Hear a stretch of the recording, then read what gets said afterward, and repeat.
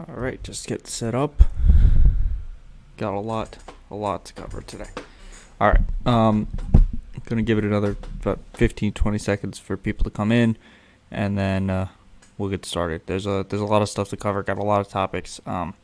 It's not going to be the super in depth about specific topics like it was last week or a couple weeks ago. It's going to be a more broader range of topics discussing a whole bunch of different things. So welcome to everyone who's streaming in. Welcome to anyone who watches this later when it's uploaded to YouTube, or the individual videos when they're uploaded to YouTube. If you like this content, I stream every Friday. I put up videos daily. Please like and subscribe. Please follow me on Twitter at FacesIdeas. I'm looking into doing some Twitch stuff. I'll make an announcement about that on my Twitter, and probably make a little YouTube video about it if I do, and that information will be out. But today, let's see, we got two different celebrities' statements on two separate police shootings. Oh, one's a police shooting, the other one is the Derek Chauvin trial. We're going to cover, just briefly, just some headlines for the Daily Wire, because the Daily Wire is very upset that Derek Chauvin was found guilty. And then Dinesh D'Souza has a video where it went on Laura Ingraham, so we're going to cover that. Then we're going to talk about what happened with... So we're going to start with Brett Favre. We're going to go to...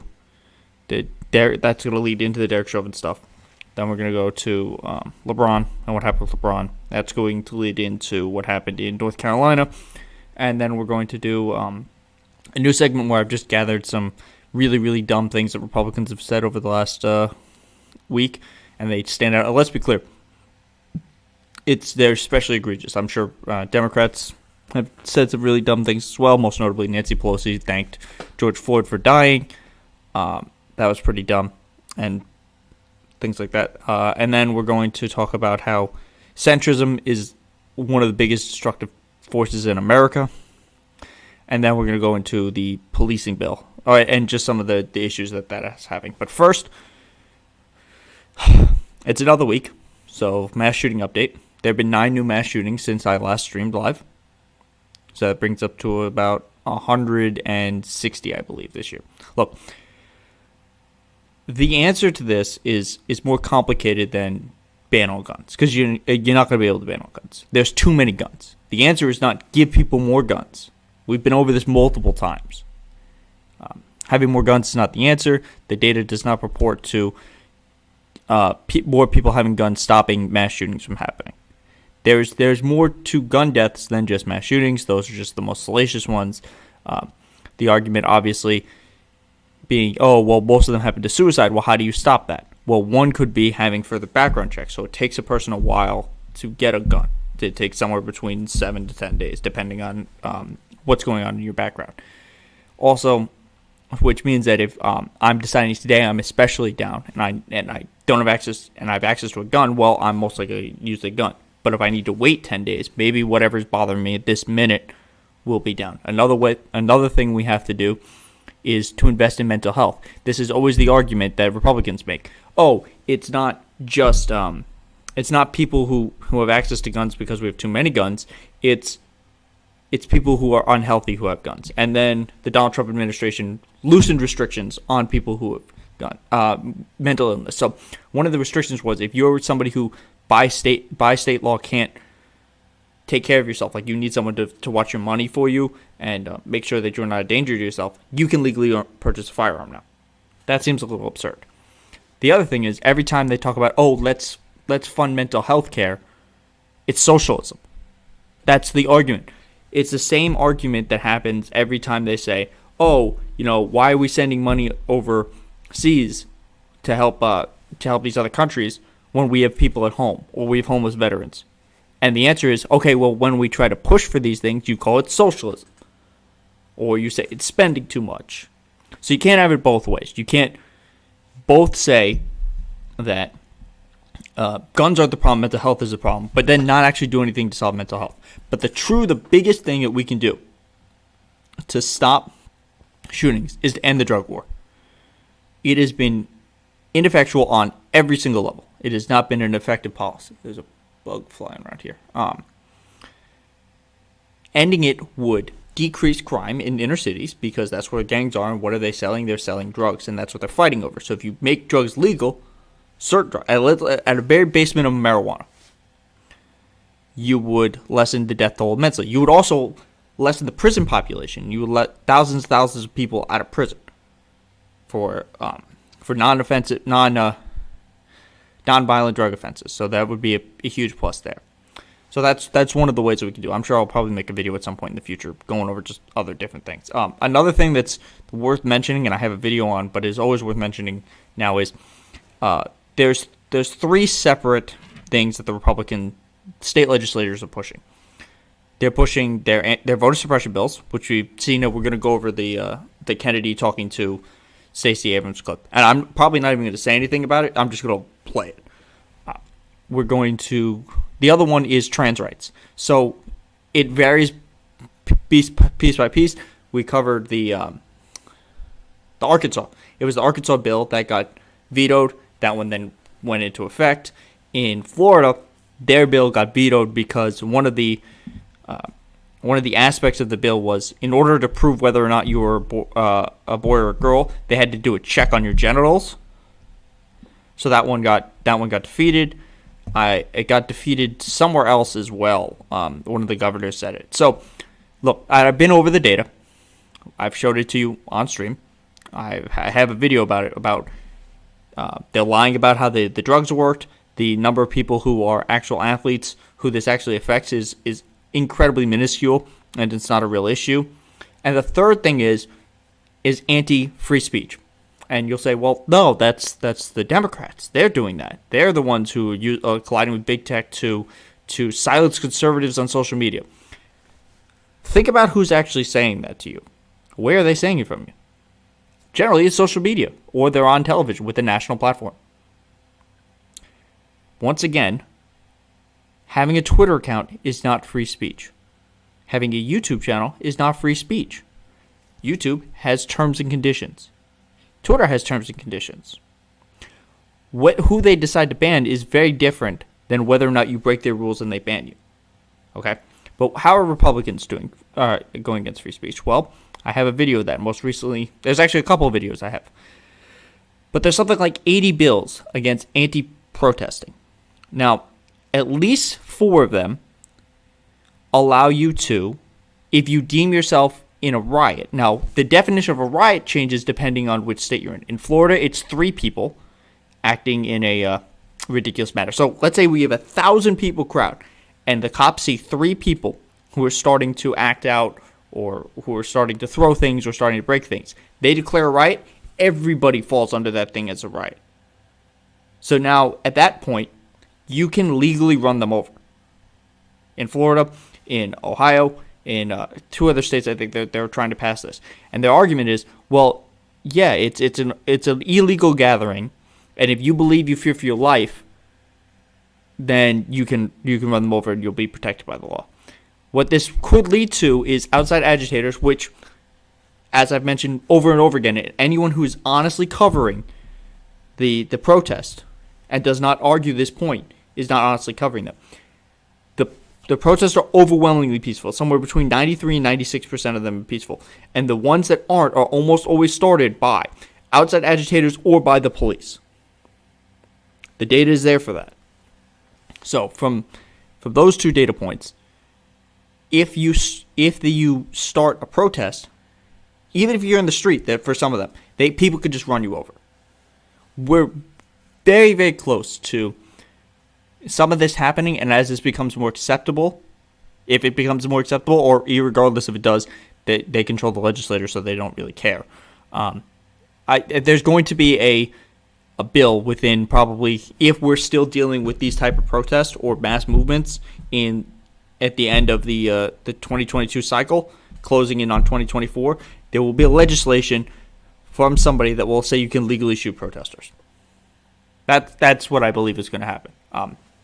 Because it's going to happen. They're going to argue, oh, they're not really protesters. They're Antifa terrorists. They're BLM terrorists. They're not real protesters. It's ridiculous. So that's where it's going for that. The other bills in Kentucky, if you insult a police officer, they can arrest you if you insult the police officer and they beat the shit out of you within reason. That's part of it. It's what a reasonable person can decide. That's you can be charged with that too. So look, these bills are not anti-riot bills. They're anti-protest bills because there already are bills that say you can't riot and protest, or you can't riot. Destruction of property and is illegal. Theft is illegal. So what they're doing is making stricter penalties that they can use to enforce on people who are protesting. So now we're going to go to the articles. We're going to look at the Brett Favre one first, and let's get started. Make sure I have this. All right. So Brett Favre made this statement. Apparently, he made another statement. I don't really follow football in the same way that I follow politics. Obviously, I follow basketball more. But he made this statement that they should stay out of politics because this is the conservative argument. Shut up and dribble, or stay out of politics unless you're agreeing with us. And then he said, I find it hard to believe, and I'm not defending Derek Chauvin in any way. I find it hard to believe, first of all, that he intentionally meant to kill George Floyd. Look, I can see why people are upset about this. I don't know how you could watch the video, especially toward the end, and then see how callous he was, and then when you see during the trial, and it does say in this article that it's not clear whether or not he actually watched the trial. When he took his feet off the ground, and he put all his pressure. I think there was a point where he was like, you know what, even if I kill this guy, it doesn't matter. I don't think he intentionally drove up when they answered the call, and he was like, yeah, you know what, I'm going to kill him. I think, it came to his mind as, you know what, even if he dies, it's not a big deal for me. I don't think he maliciously sent out and said, you know what, fuck this guy, I'm going to kill him. And then here's the other thing. Because this is the daily what I'm just going to show you the headlines of these because I've already watched the videos. They're not worth my time covering because they're insane. This is the common talking point that's coming out is that Derek Chauvin was guilty because the mob said so, and he was guilty because he represented racism. Now, Derek Chauvin, I'm sure there were people who were arguing that he did this because he's a racist. That's not what the general argument about this was. The general argument was that Derek Chauvin is emblematic of a systemic racism that attacks black people. There's data to prove this point over and over again. So this charge that he is individually racist is a straw man argument. They're just, setting it up to argue this. And the reason I bring this up is because that's basically, this is what Ben Shapiro is arguing in this video. He's arguing he was racist. It was he was really condemned of racism, and that it didn't matter what he actually did, but because the whole system is racist, and therefore Derek Chauvin, who is part of the system, is racist. It's a really ridiculous argument. And then that's part of why this. So this video is coming from the people who are saying, look, this is the first step. They're like, well, no, this is not the first step. This is fine. The difference is there have been over 150,000, 15,000 killings by police officers since 2005. 7 officers have been found guilty of murder. So this is a first step. It's not the end of it. We still have to deal with police reform. We still have to deal with systemic racism. These things do exist. There is data to prove it, despite what Ben Shapiro says. And now a lot of the things he says in the video that I closed, he doesn't do a lot of representation of the facts, because as it appears, the facts don't care about your feelings kid is starting to lose it when it comes to the actual facts because they don't support his arguments. So he's just making theoretical arguments about how he feels. Also, if you're looking for a really funny video with Ben, you should look at him going to Home Depot to buy a single thing of wood, and he put it in a bag. And it just looks absurd because it's just an absurd video just watching him because it's just too funny. So now we're going to look at Dinesh D'Souza. This is him talking to Laura Ingraham. Now, a couple things here. One, Dinesh D'Souza was convicted of bribery. He was attempting to bribe a politician, and he got caught, and he went to jail. But keep in mind, Dinesh D'Souza pled guilty, and then Donald Trump pardoned him. So that's what happened there. So he absolutely did it. So then when Donald Trump pardoned him, he made this argument that he wasn't actually guilty. It was a deep state setup. So that's who he is. His other thing is, his argument is all the time that the Democrats are actually racist because Lincoln was a Republican, and therefore the Democrats are the party of the KKK, even though there's been a party swap over time. So that's what he's doing. So this argument here, this Chiron, the left convicts America of systemic racism. America has been systemically racist. It has. This is not what was on trial here. And this is not his argument. Oh, also the other Chiron that I want to talk about, but I don't have a picture. It's just something that popped into my head. Every time you see Fox News talk about DC statehood, the Chiron is something along the lines of the left power grab, or the Democrats continue their power grab. DC statehood is not a power grab. It is the most American thing to allow DC to be a state. And I'll talk about that in one of the later things. So let's see what Dinesh D'Souza says here. We're going to watch this video, and let's go.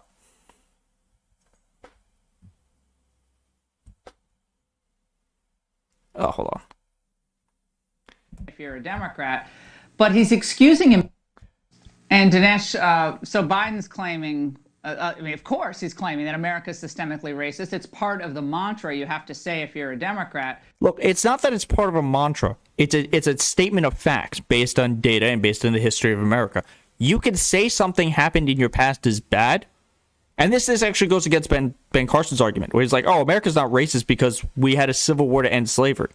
But even that statement doesn't make sense, because what was the other half of that of the side fighting for that didn't want to end slavery? Well, they wanted to keep slaves. So even that argument doesn't make sense. But he's excusing himself from playing any role in it. To what extent does President Biden acknowledge this? Now, look, this is going to be, they are actually correct on this. Joe Biden does have a big hand in this. He actually has a hand in some of the biggest problems facing America. The student debt crisis, because of unforgivable student loans, is part of Joe Biden's fault. And the crime bill is partly Joe Biden's fault. Actually, the war on drugs is also Joe Biden's fault, because he was the one who pushed Reagan into it, or Nixon into it.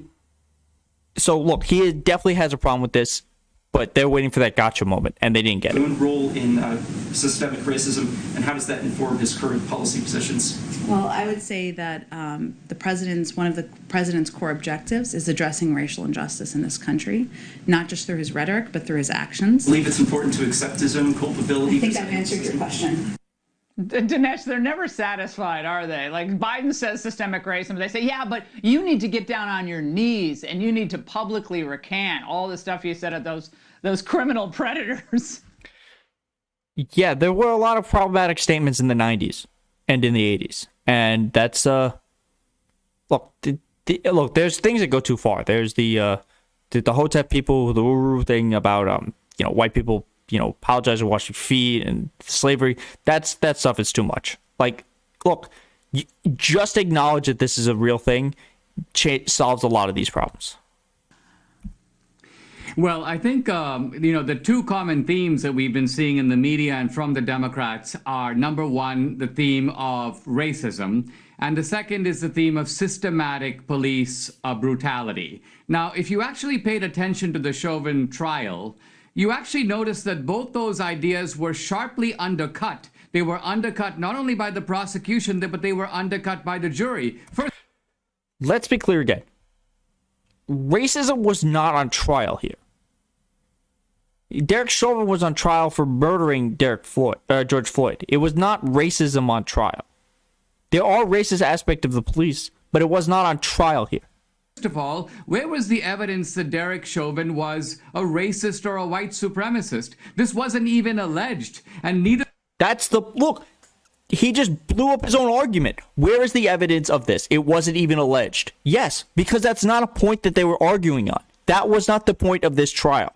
There's two separate arguments. There was what he did, which was the murder, and then there's a larger systemic argument that they're ignoring.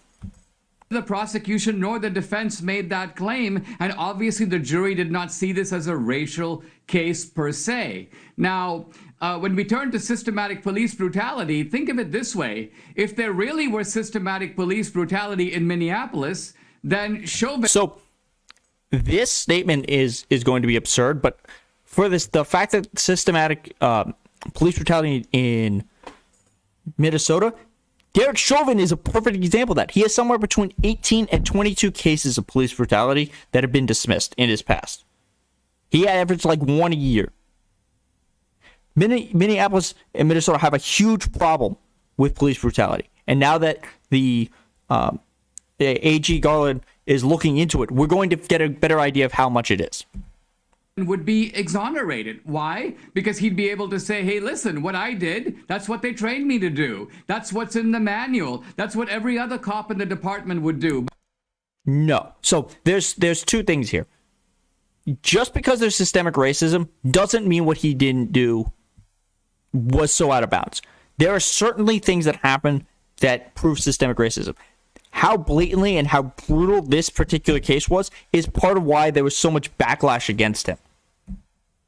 No, one by one, police officers came forward, the police chief came forward, and they said, no, we don't train cops to behave like this. This is not in the manual. This is not part of standard police technique. Chauvin is a bad apple. He's a bad cop. He is acting in a lawless way. So ironically, by making this argument that Chauvin is to blame and not the department, they were exonerating the department. They were saying it's not a systematic problem, and the jury evidently agreed. Because the department also was not on trial here. Chauvin was on trial. So yes, it makes sense to focus on Chauvin. He's conflating too many things that aren't conflatable. What's the end game here, Dinesh? What do they really want?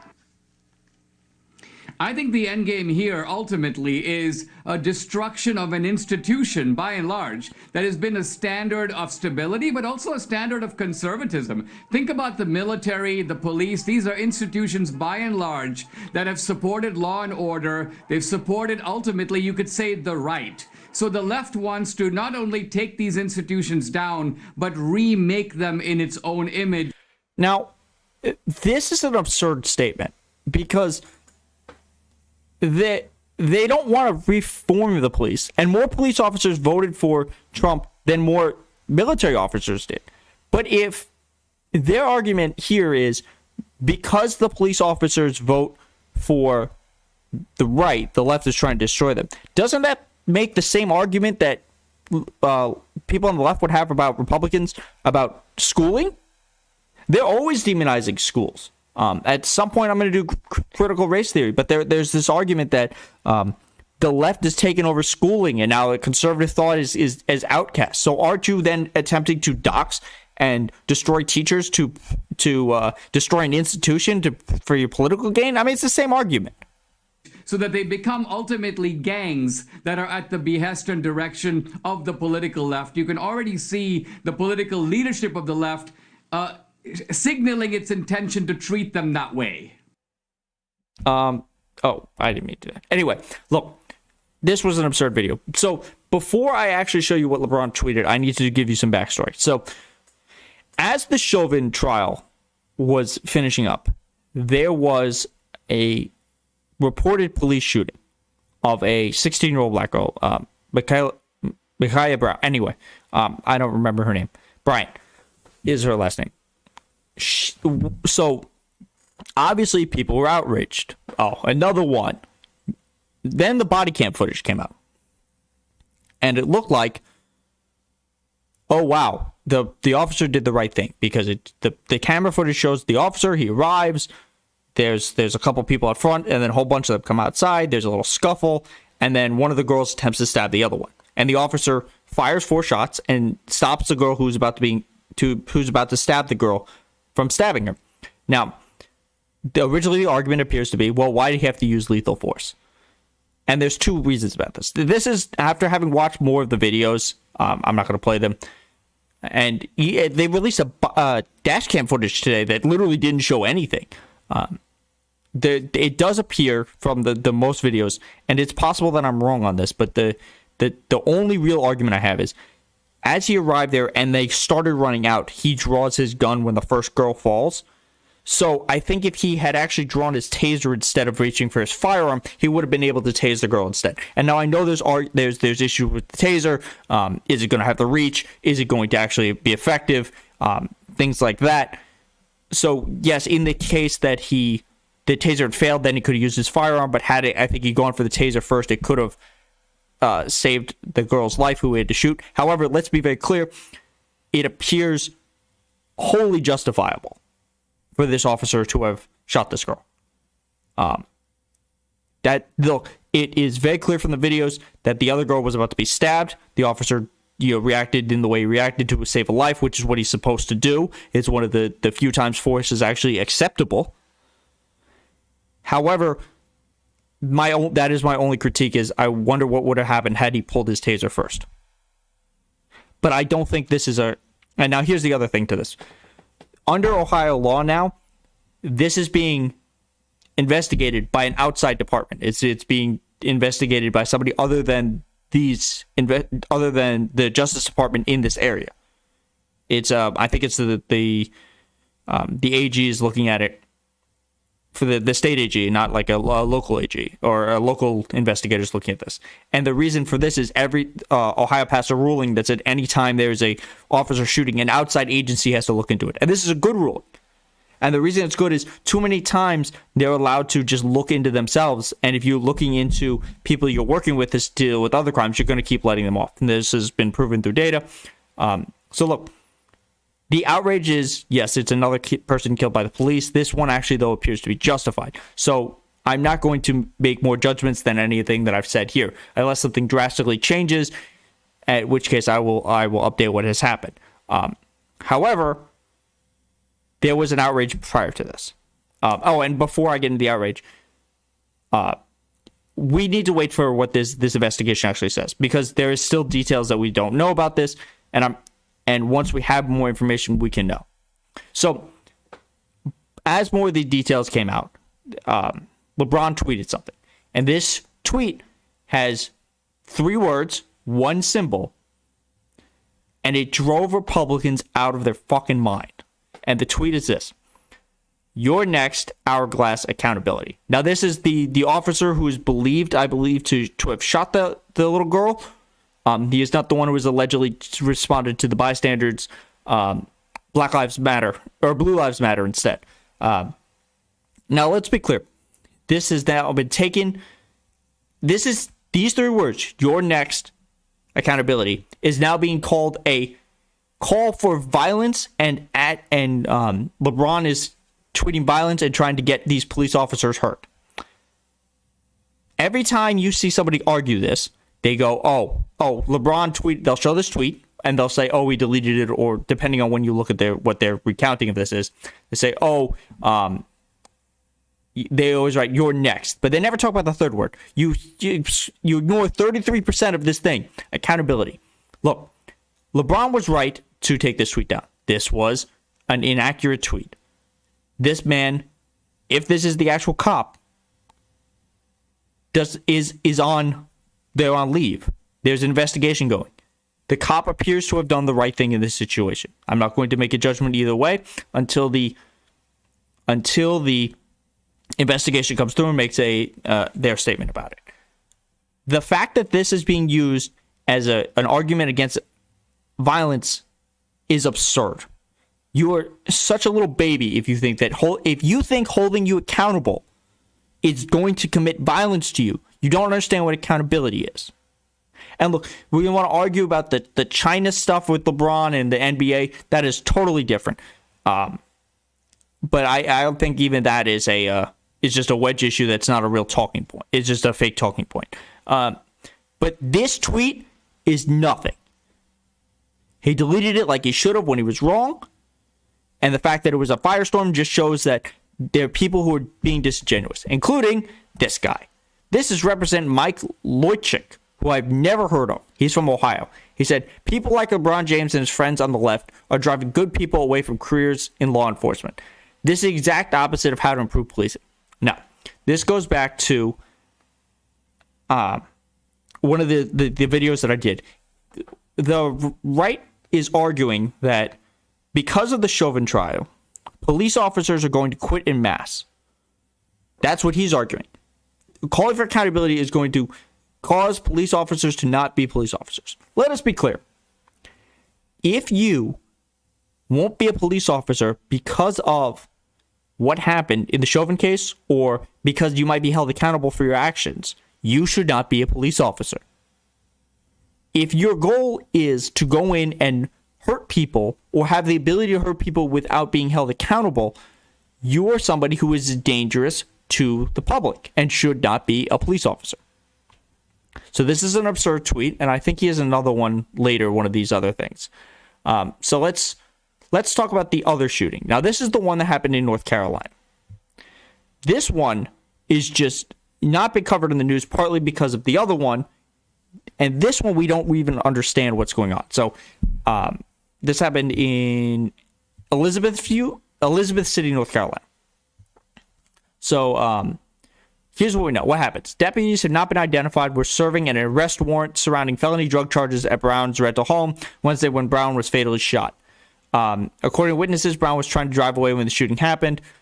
So this is the police argument. Now, as I've shown you multiple times with the Derek Chauvin, with the police account of what happened with George Floyd, just because this is the police's statement doesn't mean this is an accurate statement. It doesn't mean it's wrong either. However, there is something that's worth pointing out. This right here says we're serving an arrest warrant. This is another way of describing it, and this says a search warrant. This is one of the inconsistencies, and part of this, the reason this particular story has been a problem, is because they can't get the body cam footage. They can't get answers. The mayor won't give answers. The police won't really give more answers than what happened. They won't release any of the footage. They're playing like hot potato with who has the footage. So this is a story that's going to keep updated.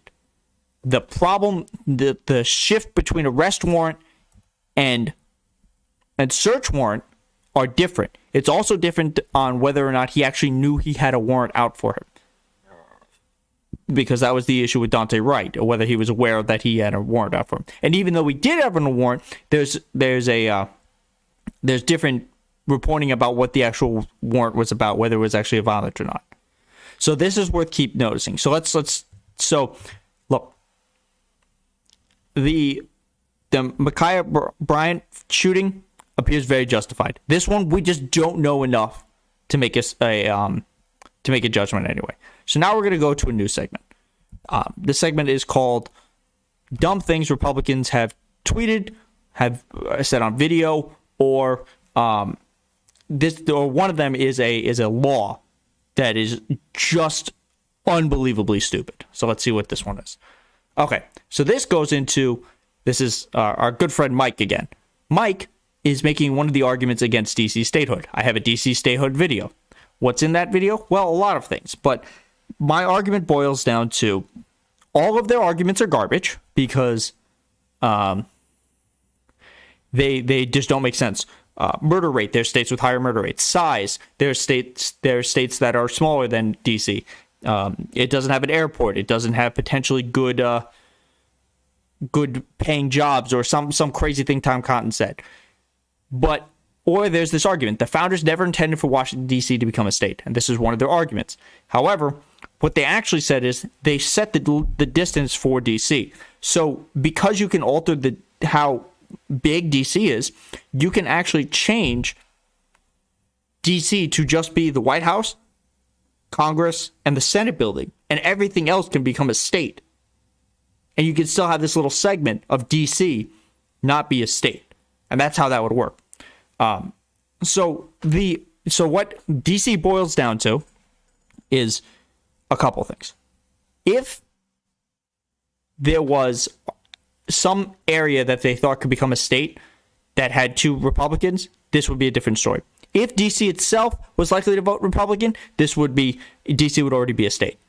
Now, the reason this boils down to 2 fundamental misunderstandings about America is either A, You don't understand how America was originally founded, because one of the founding reasons for the revolution was no taxation without representation. DC pays their taxes. They send soldiers to war. They're American citizens in every way, shape, or form. They just don't have representation in Congress. And they don't have representation in the Senate. So you either don't believe in that founding principle, or you don't understand how democracy works, or you don't like democracy. Now, why do I say that? Because even if DC was going to be the bluest state you can imagine, part of how democracy works is you get a chance to run your people. And it's a battle of ideas. This is the idea of democracy. It's a battle of ideas between what I think and what you think. And then the voters decide. Obviously, that's not technically how it works now. There's gerrymandering, there's voter suppression, there's other arguments. However, you can overcome these. This is made clear by, Republicans winning in places like California. It's made clear like Democrats winning in red states, like people like Joe Manchin. So it's made clear by having swing states. It's made clear by the fact that Georgia just went blue for the first time in like 2 decades. So if you understand how democracy works and actually would believe that your ideas are popular, you would push for DC to be a state because it is the right thing to do. And if you either just don't care about how democracy works or don't understand how this country was founded, you will continue to make garbage arguments about how DC doesn't deserve to be a state and continue to push this un-American line. It is simply un-American. So let's go to this other one. Now, I wanted to cover this story for a couple weeks, but I just kept forgetting. So this is in Alabama. You're not allowed to have yoga classes in schools because they believe it's a gateway to Hinduism. And this is actually what they argue. This is a conservative Christian groups who argue that the mere act of allowing yoga in the classes will expose their kids to risk of converting to Hinduism. Yoga is a very big part of the Hindu religion, and if this bill passes, then the instructors will be able to come in classrooms as young as kindergarten and bring these children through guided imagery, which is a spiritual exercise. This is part of my issue with Christian conservatives. You do not understand how the Constitution works. This idea that the state will have no mandate and you have the right to your religion, the state will mandate no religion, and you have the right to your religion, means that I can practice whatever I want. You can practice whatever you want. And that's it. It doesn't mean that you impose your ideas on me based on your religion. Because could you imagine if this was reversed and there was the perfect example is always if a Muslim person decided that you could not rent apartment buildings for them because you're eat bacon. That would be an uproar. But if you're part of this Christianity, conservative Christians, they always push for they push for just absurd things that stop and go against America. The gay rights issue, the trans issue, I'm sure they're going to hop on. There's actually part of the reason that they can't increase the age for marriage in a lot of states is because of that. They keep pushing for these things. Abortion is a good example of one. Your religion in America is yours. You don't get to impose it on other people. This is absurd. I wish this got more attention because of just how stupid it is, but it is a real issue. Okay. So yeah, yoga is not going to turn you Hindu. And if it does, who cares? If you're so afraid that your kid is going to change religions because of yoga, maybe you have a problem with how you're teaching your religion. Okay, so this is Ron Johnson. I've covered Ron Johnson a couple times because he said a lot of crazy things about the insurrection, and apparently he said a lot of crazy things about the COVID vaccine. I believe he's also said that he didn't think that people from Wisconsin deserve to get stimulus checks. So here's what it says. In an interview with conservative Wisconsin radio host Vicki McKenna, who's also a coronavirus skeptic, Johnson launched into a condemnation of vaccine passports. So this is a current Republican talking point. There's a couple states that have said there will not be coronavirus passports. Look, I have a video covering this. There should be virus passports. There's currently them now. You have to get certain shots to go to certain states, to go to certain countries. You have to prove that you are vaccinated to do things in society, to go to schools, to go to camps, to go to colleges, to participate in sports. You have to have certain vaccinations. So vaccine passports are not a wild idea. He also went a step further, declaring he sees no reason to be pushing vaccines on people, arguing their distribution should be limited to the most vulnerable to coronavirus, and asking, if you have a vaccine, quite honestly, what do you care if your neighbor has one or not? The answer is, because your neighbor can still get sick and your neighbor can still die. This is look, he said he's getting highly suspicious of the big push to make sure everyone gets a vaccine. It's not fully approved, but he argued that the fact it's 95% effective means only a limited number of people need to get vaccinated. Now, look, this is not the most egregious statement on the COVID vaccine. That is still Tucker Carlson, who outright has said the vaccine does not work, which is just factually incorrect. This right here, this goes counterproductive. This is right up there with Jim Jordan screaming about liberties. You can't do nothing to impede the spread of the virus and then complain when mitigation efforts are existing. You get vaccinated and we go back to normal. It's as simple as that. Now, the arguments about the Johnson & Johnson vaccine, I know it's something like 7 million shots have had the strokes or the blood clotting. Now, keep in mind, that's actually a higher number. You're actually more likely to get the stroke or the blood clot from the Johnson & Johnson vaccine than somebody is to vote illegally in Texas. That's the percentages we're talking about. They're that tiny.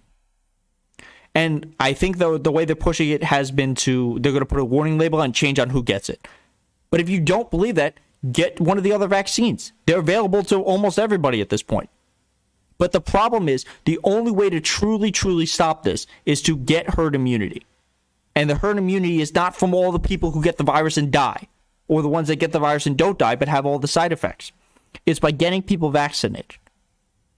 So this is just more craziness. I don't know when this man is up, but God, somebody better beat him. Let's see what this one is. Oh, so this video. This is Senator John Kennedy. He's going to talk to Stacey Abrams about why she believes that the voter suppression bill in Georgia is both voter suppression and racist. Now, one thing to mention about John Kennedy, this is actually well reported on. Sometimes when to prove his aw shucks down homey things, he'll lay on his accent really thick to give this idea that he's just kind of a country bumpkin. So that's something he'll do all the time if you hear that in this video. So I don't even know if I'm going to say anything. We're just going to watch this video. You're against the Georgia bill, I gather. Is that right? I'm against certain provisions of it, yes. Okay, and I think you've called it a racist bill. Am I right? I think there are provisions of it that are racist, yes. Okay. Tell me specifically, just give me a list of the provisions that you object to. It shortens the federal runoff period from 9 weeks to 4 weeks. Okay. It restricts the time a voter can request and return an absentee ballot application. Right. It requires that a voter have a photo identification or some other form of identification that they're willing to surrender in order to participate in absentee ballot process. If I can stop you, that's where they're going to not comparing signatures, but to voter ID? Yes, sir. And as Ms. Eiffel has pointed out, we would become only the 4th state in the nation to require voters to put at risk their identities. What else? What else? It eliminates over 300 hours of Dropbox availability. Okay, what else? It bans nearly all out-of-precinct votes. Bans what? I'm sorry? It bans nearly all out-of-precinct votes. Okay. Meaning that if you get to a precinct and you are in line for 4 hours and you get to the end of the line and you are not there between 5 and 7 p.m., okay, you what have else? to start all over again. Is that everything? No, it is not. No, sir. It restricts the hours of operation because it now, under the guise of setting a standardized timeline, it makes it optional for counties that may be may not want to see expanded access to the right to vote, they can now limit their hours. Instead of those hours being from 7 to 7, they're now from 9 to 5, which may have an effect on voters who cannot vote during business hours during early voting. It limits the voting Okay, I get hours. the idea. I get the idea. Okay, so the reason this is important, one, because it shows you just how he thought they were going to get a gotcha, and she just ran him over, is what did you hear there? You heard what, 7, 8 different things that she said were to decrease voting ability? What is the argument Republicans have been making about these bills? Oh no, they either expand voting or it's just voter ID. Why can't you? What's wrong with voter ID? Voter ID isn't racist. You're racist for saying black people can't get a voter ID. Only one of those things with voter ID. Let's be clear. I've talked about voter ID a whole bunch of times. If you want voter ID, you need to make it universal, you need to make it any type of ID, or you need to make it one that can be sent to people free of charge and replaced free of charge and automatically updates. And it could be accepted in any voting precinct.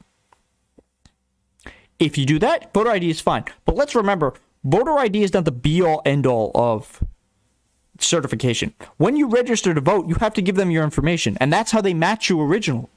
They say, are you still at this location? Yes. Okay.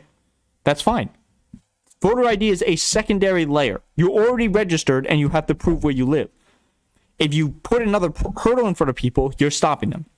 So whenever you see somebody argue that the Georgia bill is absurd or isn't absurd, or it's just voter ID, send them this video. Say, that's one aspect and you're not even representing it fairly. Explain the rest, because they can't. These bills are designed to stop a problem that doesn't exist. Texas is a perfect example. There were 16 cases of people voting where they didn't have a matching address to where they voted. There are 17 million people in Texas. Texas wants to try to eliminate 130,000 people's votes in the middle of an election. They're now trying to get rid of it now. All of these bills are attempting to restrict voting. That is the be-all, end-all result, because the Republicans are not actually making an argument. So now we're going to go to probably one of my favorite stories of the week, Marjorie Taylor Greene. So Marjorie Taylor Greene challenged AOC to a debate on the Green New Deal because the Green New Deal has been reintroduced. It was reintroduced Wednesday, I believe. During her statement about this, she met up with AOC, I guess, on the House floor. And she made a statement saying, I have not read all of the Green New Deal. Now, keep in mind, it's only 14 pages. Marjorie Taylor Greene has been against the Green New Deal for years.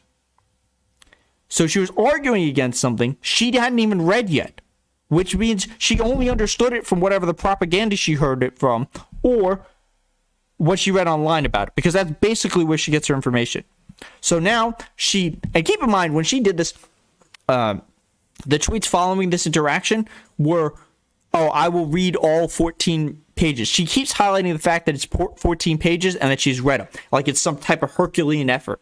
Look, if it takes you more than an hour, and I'm giving you an hour for the 14 pages, which is about 4 minutes per page, about that, because you're taking notes and you're going into detail on each page, that's acceptable. But if there's no way she's going through and taking notes.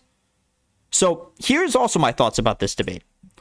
I would love to see AOC debate Marjorie Taylor Greene for this particular reason. One, it would be fun to watch her roll over her, because Marjorie Taylor Greene has no idea about many of her arguments. In all likelihood, at some point during this debate, she will argue that it does something against abortion, because that's always her go-to. That's why she tried to stop the bone marrow transplants bill, is because it didn't say that they couldn't do abortions with it. The other reason is there is no way that you're going to get worse, less educated arguments in a debate with AOC and Marjorie Taylor Greene. So by taking whatever argument she has and obliterating them, she will have killed the dumbest and loudest part of the Republican argument. Because you know she's going to say at some point, oh, you're trying to ban cows, or you're trying to ban planes. Something like that.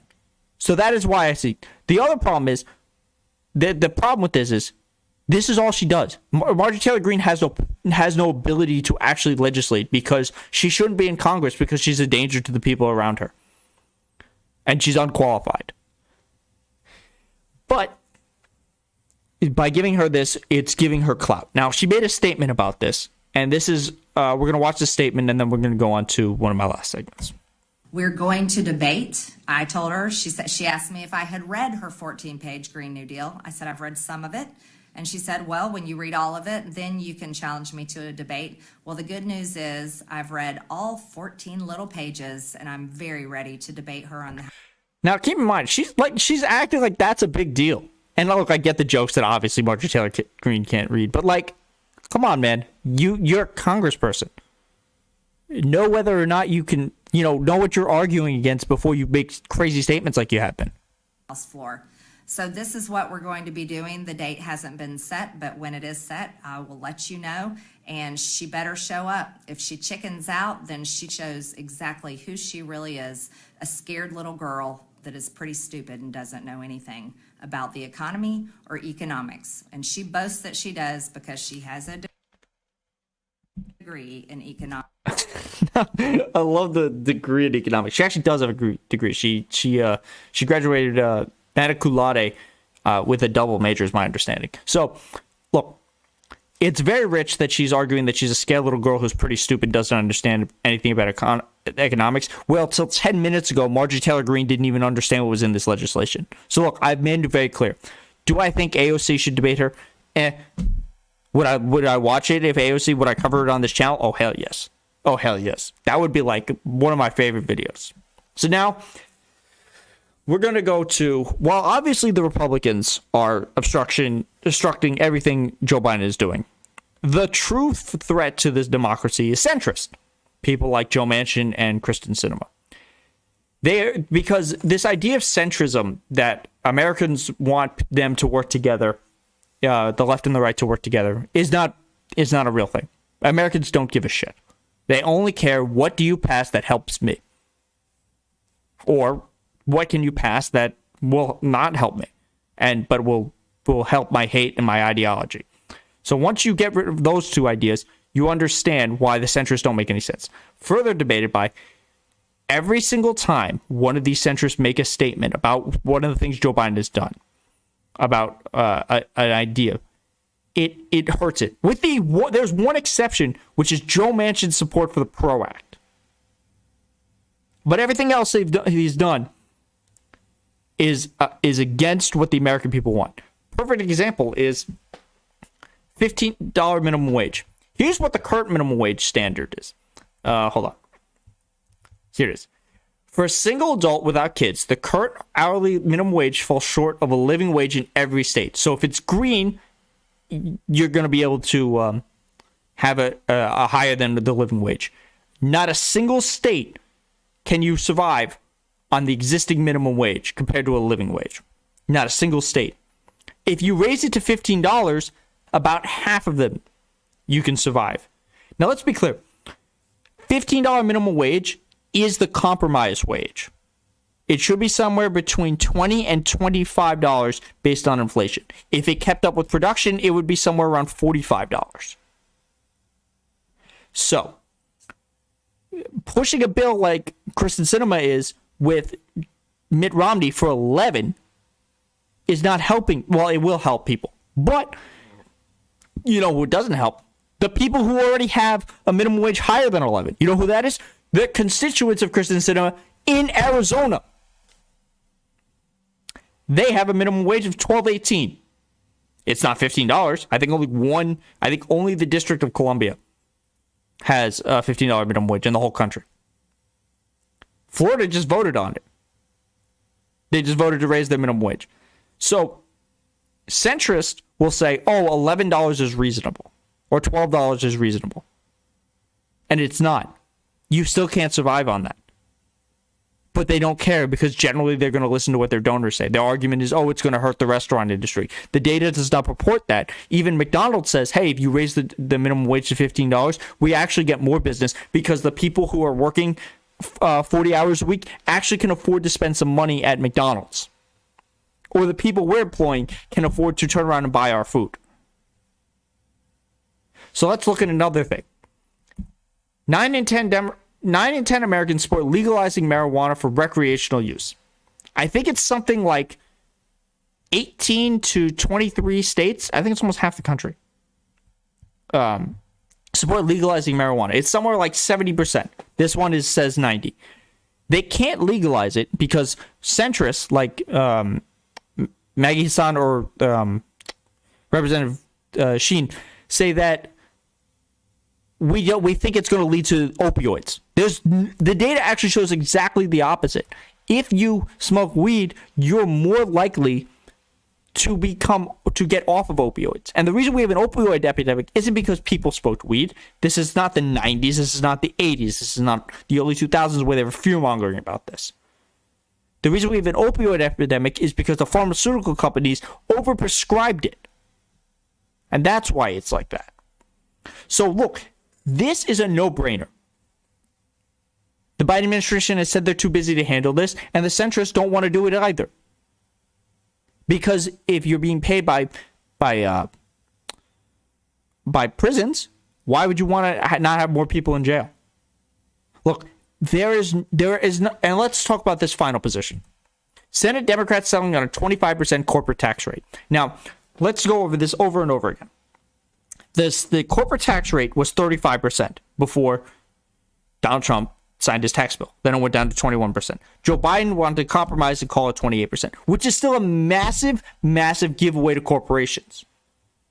And keep in mind, as I've covered over and over again, they only pay about a third of their taxes.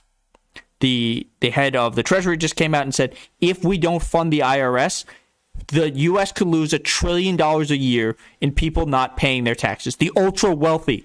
Not the poor people, the ultra wealthy not paying their taxes. $1 trillion a year in extra revenue.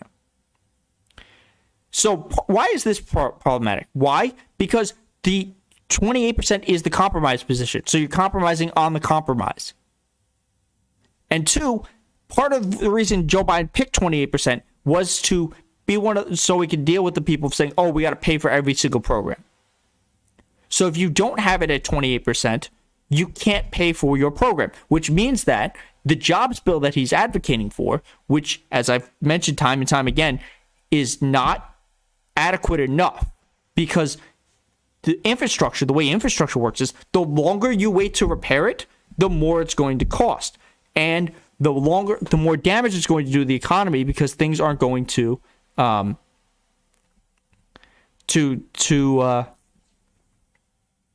be able to function because they have the truth. And look, taxing churches, yes. So here's my issue with the taxing churches. Mega churches, if you're going to donate and be part of the politics, if you're going to donate and push for things and be out in the physical space, then yes, I think you should get taxed.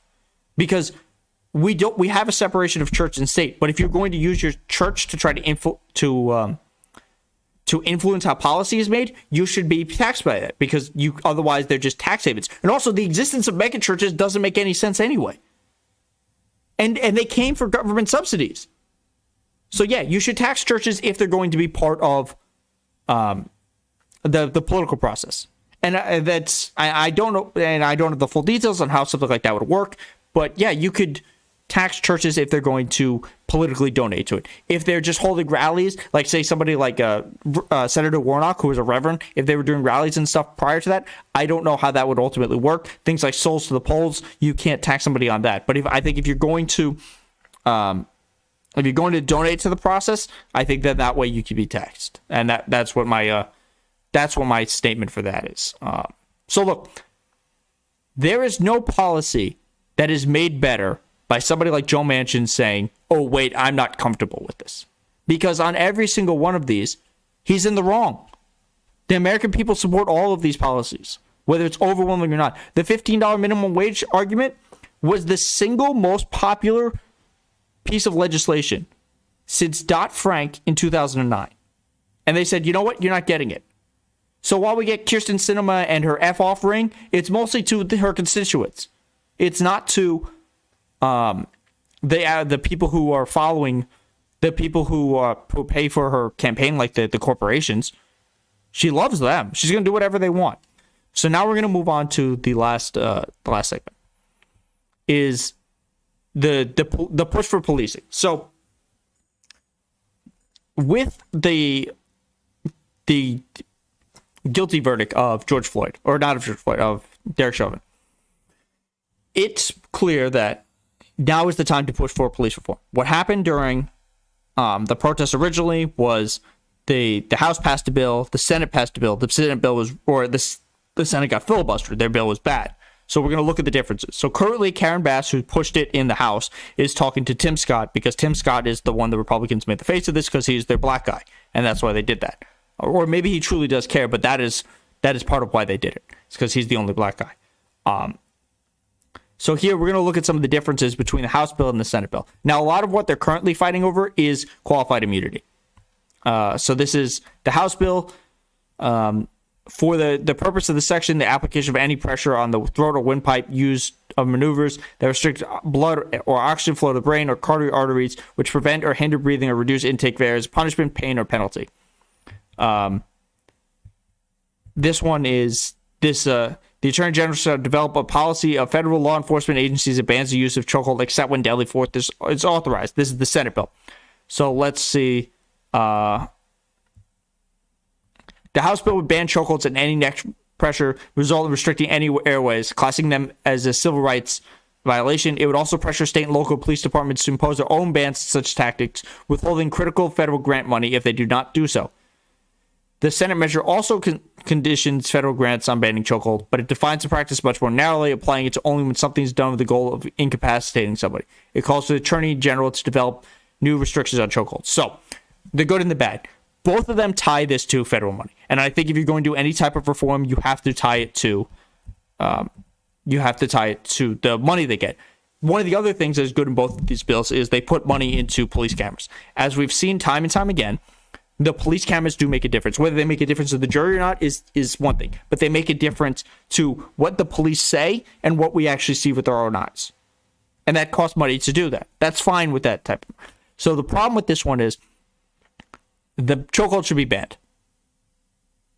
And the Senate doesn't ban that one.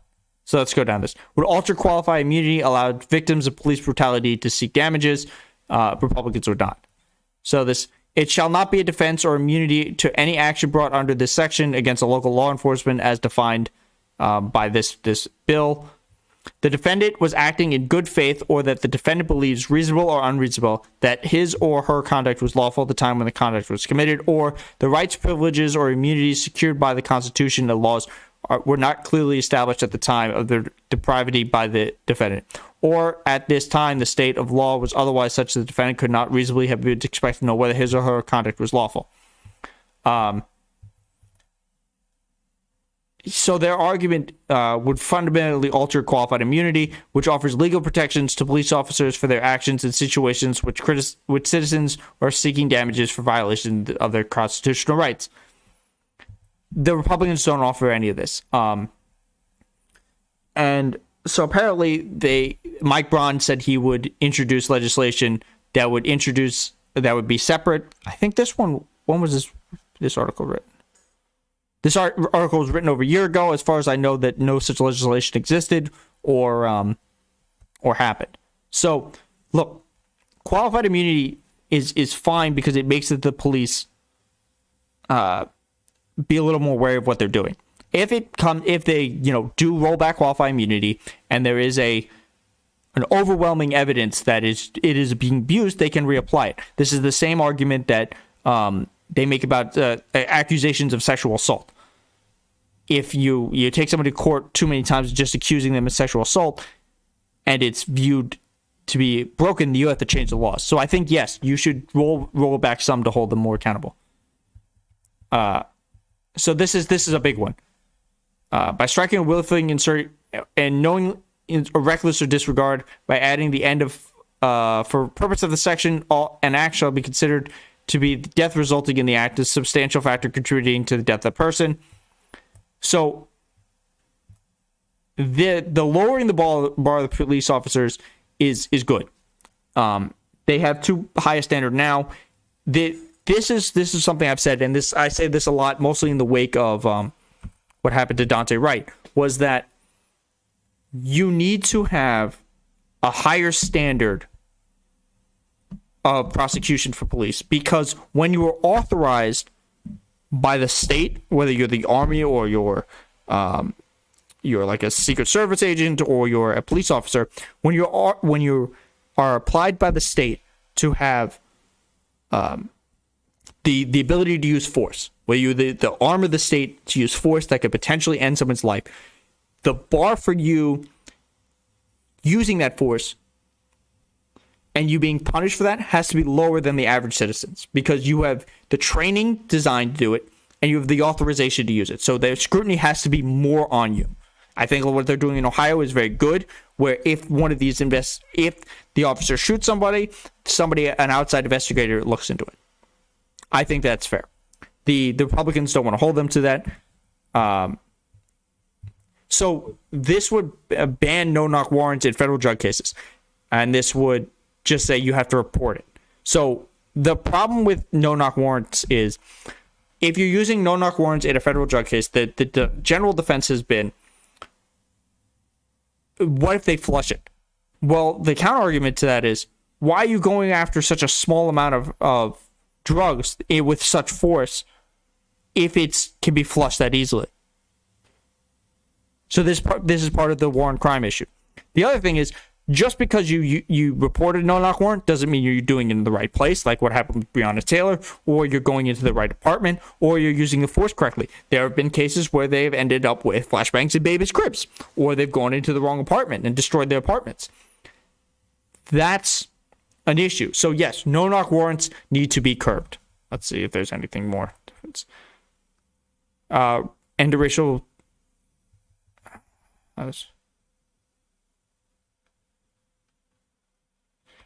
This is just end radical policing. Yeah, good.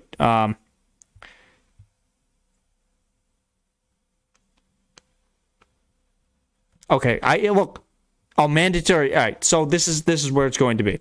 It's going to be arguing on mandating anti-bias training. Look, this is not. It's not Barry White. It's whoever wrote the one in the court, the one who goes to like companies like Coke and explains how they're all white fragility. Whoever wrote that person, that's not what this is. Look, there should be some type of anti-bias training, because it does appear to be an issue. We know things like stop and frisk and just stops in general are racial profiling. There's data to prove that type of thing happens. So look, it's not a big deal. If your argument is, racial anti-bias training is racist, you're an idiot. And okay, that's it. So let's wrap this one. Look, thank you for watching. Please like and subscribe if you like this content. I put out videos every day. I do live streams on Friday. Things might change if I move to Twitch or not. But thank you for watching. So the overall thing of this is, Brett Favre, it wasn't really. I don't understand. I think he meant to kill him, not intentionally when he drove up, but as it was happening, he was like, all right, it's okay if I kill this guy. The LeBron thing is just people crying. That's not inciting violence in any way, shape, or form. It has the question about, the China stuff is totally different. It's a different argument entirely. The Republican argument of, Chauvin was on trial for racism or racist because the county had nothing to do with the trial. He was on trial for murder, and that's what he got accused of. So the Daily Wire can cry a little harder. But he was still found guilty under the court of law. So your question is, you just don't like how American law system works. You believe that police officers should rightly be able to kill people and not face consequences for it. Republicans say a lot of dumb things. They don't seem to understand how America started or how democracy works, and that's why they're against D.C. statehood. Ron Johnson is pushing dangerous ideas about how to end the pandemic, which don't make any sense. If you want to end it, get people vaccinated. Don't push more vaccine hesitancy. And look, to his credit, Donald Trump has actually argued to get vaccinated. The problem is, because he has said so many terrible things and is no longer allowed on social media, that message is basically ignored. And even if it wasn't, they don't believe him anyway. Let's see. Marjorie Taylor Greene. I would... let yoga back in schools. It's not an introduction into Hinduism. That's not how things work, and also that's an anti-American idea in itself anyway. So there's that. finally, Marjorie Taylor Greene, whether or not I think she should debate AOC. Look, I think it would be funny. I think it would be good for AOC to be able to knock down the dumbest possible talking points. But it's just Marjorie Taylor Greene chasing clout. So if she does not do this, I'm fine with her not doing it. But I will cover it if it happens. Look, centrist Democrats are almost as big a threat as Republicans in Congress. The Republicans in Congress don't actually have an ideology. Or the things that they're pushing are incredibly dangerous and unpopular. Centrists will put them back in charge because they refuse to do the things that the American people want. The data purports that the centrists are wrong. The centrist position is generally the left position. That's just how the data purports it. So they're a problem. And as for the policing bill, there's work to be done. If it ultimately comes down to how much immunity they get, if they can drop it a little bit and pass all the other stuff in that bill, I'm okay with that bill. And finally, on mass shootings, they're still daily. This is now 3 weeks in a row I've reported we've had at least a mass shooting every day. The answer is not more guns. We have more guns than people. If the answer was more guns, we wouldn't be having these shootings. And the argument is it's also not just take away everyone's guns, because that's not possible. It's stricter rules on who can do more guns. It's ending the drug war, and it's putting money actual into health, mental health, and physical health, and into social programs, because people will be less likely to commit violence or rob people if they are more secure. So, thank you for watching. Please like and subscribe. I will be back Monday. I'm always on Twitter. Please see the videos that I post, and I will see you in the next one.